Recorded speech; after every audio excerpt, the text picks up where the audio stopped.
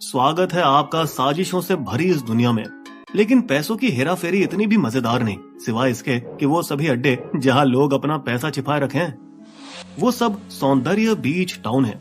British Virgin Island, BVI, Belize, Bahamas, Bermuda, Cayman Island, Panama और Seychelles से हर कुछ सालों के अंतर में वित्तीय चोरी की बूंदें टपकती रहती हैं, अक्सर किसी गुमनाम विसल ब्लोअर द्वारा, जो भांडा फोड़ता है कहां और कैसे दुनिया के रईस अपना काला धन ऑफशोर टैक्स मुक्त देशों में छिपाए रखते हैं। 2011 में HSBC से चुराया हुआ 700 भारतीय खाता धारकों की सूची मिली थी, जो 2015 में बढ़कर 1195 हो गई। फिर अगले साल 500 अमीर भारतीयों का नाम पनामा पेपर्स में आया, जिसमें थे अमिताभ बच्चन, ऐश्वर्या राय, अजय देवगन और बाला साहेब ठाकरे की बहू स्मिता ठाकरे। 18 महीने बाद पैराडाइज पेपर्स हाथ पड़े, जिसमें 700 से अधिक भारतीयों के नाम थे। एक बार फिर अमिताभ बच्चन इसमें शामिल थे, भगोड़े बिजनेसमैन विजय माल्या के साथ। अब आए हैं पेंडोरा पेपर्स, जो कि प से दीवानगी और क से करण जौहर जैसे सुनाई पड़ते हैं। समझो पिक्चर की पूरी स्टार कास्ट हो। इस बार अनिल अंबानी का नाम निकला, जिन्होंने अपने प्रतिनिधियों के साथ करीबन 10,000 करोड़ रुपए उधार पर लेकर 7 ऑफशोर कंपनियों में निवेश किया 2007 और 2010 के बीच। हाय, क्या दिन थे जब वो दुनिया के 10 सबसे अमीर लोगों में शुमार थे।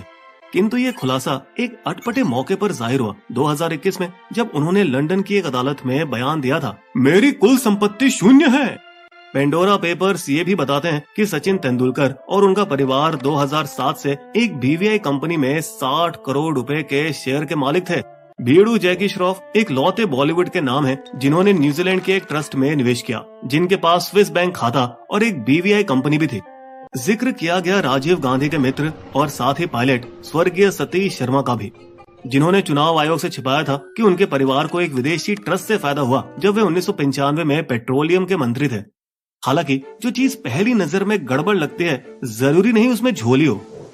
अनिल अंबानी की कंपनी दुनिया भर में फैली थी और कोई कानून नहीं टूटा अगर उन्होंने किसी भी संपत्ति या व्यवसाय में निवेश किया हो, कंपनी के तौर से या व्यक्तिगत रूप में। तेंदुलकर और जैकी श्रॉफ के ससुराल विदेशी हैं, सतीश शर्मा की पत्नी भी, इसलिए उनका विदेशी कंपनियां स्थापित करना या उससे लाभ लेना कोई गलत नहीं। ना तो वे भगोड़े हैं, ना ही उन्होंने जनता का पैसा चुराया, जैसे नीरव मोदी ने किया था शेल या केवल नाम की कंपनियों द्वारा, जो खासकर पैसे छुपाने और चुराने के लिए बनाए गए थे। या कम जाने माने ललित गोयल, जिनके बारे में पेंडोरा पेपर्स दिखाती है कि उन्होंने घर खरीदारों के 500 करोड़ रुपए 4 ब्रिटिश वर्जिन आइलैंड की ट्रस्टों में ट्रांसफर किया था और ऐन मौके पर दिल्ली अंतर्राष्ट्रीय हवाई अड्डे पर पकड़े गए, जैसे वो देश से भागने की कोशिश में थे।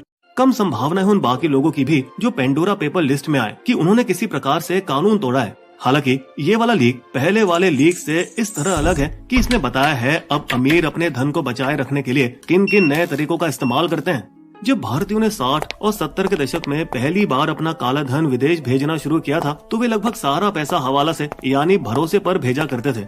स्विट्जरलैंड में खाते खोले गए और वहाँ नकद जमा किया गया। बैंकर ने एक सवाल तक नहीं पूछा। 1980 और 90 के दशक के आखिर में दुनिया जागने लगी कि उनके देशों से करोड़ों अरबों डॉलर की हेराफेरी हुई थी। अपनी करतूतों को छुपाने के लिए अकाउंटेंट्स अलग अलग ऑफशोर देशों में क्रॉस होल्डिंग के साथ कई कंपनियां खोलकर अधिकारियों को चकमा देने की कोशिश में लग गए। जहां जुलाई 2020 में IT अधिकारियों ने उन पर जुर्माना डाला उनके 196 करोड़ रुपए पर, जो कि 2004 से HSBC की जिनेवा शाखा में पड़े थे। न्यायाधीश ने उनकी याचिका की खिल्ली उड़ाई।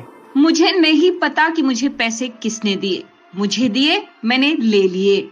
वो कोई मदर टेरेसा नहीं कि कोई अनजान व्यक्ति उन्हें बिना मतलब करोड़ों रुपए दे दे। ऐश्वर्या राय से भी ईडी ने हाल ही में पूछताछ की, उनके 2004 में खोली गई एक ऑफशोर कंपनी में अवैध रूप से पैसा रखने के आरोपों पर। लेकिन जिस तरह वो कैट सूट पहने पूछताछ के लिए आई, हमें लगता है कि वे धूम 2 की तरह बिना किसी खरोंच के बचकर निकल जाएंगी।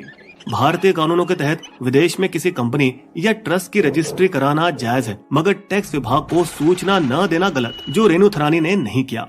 जब से 2004 में लिबरलाइज रेमिटेंस स्कीम शुरू की गई, $25,000 की पहली सीमा के साथ अब उसे लगातार बढ़ाए जाने के बाद वो $2.5 लाख प्रति साल है। भारतीय नागरिक केवल सरकार को बताकर लगभग किसी भी चीज के लिए कानूनी रूप से विदेश पैसा भेज सकते हैं। विदेश यात्रा के लिए, शिक्षा, चिकित्सा के खर्चे, घर या शेयर खरीदने के लिए, लेकिन अभी तक क्रिप्टो नहीं। वैसे आजकल भारतीयों ने अपने काले धन की मात्रा को विदेश भेजना कम कर दिया है, जिसका चरम था 1997-2004 के बीच का। यहाँ तक कि फाइनेंस मंत्रालय ने भी इस बात को कबूल किया कि टैक्स अधिकारियों ने इस बाबत में बहुत कम राशि जमा की है। 1294 करोड़ रुपए का टैक्स और जुर्माना लगाया गया। 153 करोड़ रुपए पनामा और पैराडाइज पेपर लीक में।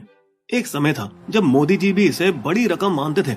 विदेश में इतना काला धन है कि हर नागरिक के खाते में 15 लाख रुपए जमा हो सकते हैं। हालांकि सरकार के अपने खुद के 2014 के 3 अलग अलग एजेंसियों के अध्ययन से ये पता चला है कि हकीकत में 90 से 97% काला धन तो भारत देश के अंदर ही बैठा है। यूपीए 2 सरकार के तहत 2010-11 में तब के वित्त मंत्री प्रणब मुखर्जी द्वारा शुरू किया गया यह अध्ययन मोदी की मेज पर पहुंचा उनके प्रधानमंत्री बनने के शुरुआती महीनों में। माना जाता है कि इन्हीं रिपोर्टों के आधार पर उन्होंने नवंबर 2016 में नोटबंदी करने का फैसला लिया, इस इरादे से कि देश के अंदर जमा काले धन को खत्म किया जाए। बिजनेस वाले जो होते हैं अब ज्यादातर नियमों से चलते हैं और जनता जनार्दन जानती है कि असल में किसके पास है सारा काला धन। वैसे सरकार अभी भी छुपे धन को निकालने के लिए छापेमारी कर रही है, लेकिन केवल विपक्षी नेताओं पर। लेकिन उस दिन जब वो अपनी ही पार्टी के किसी मंत्री को भ्रष्टाचार का आरोप लगाकर गिरफ्तार करेगी, तभी ये संदेश फैलेगा कि सरकार इस मुद्दे को गंभीरता से ले रही है। बिस्बो की शायरी।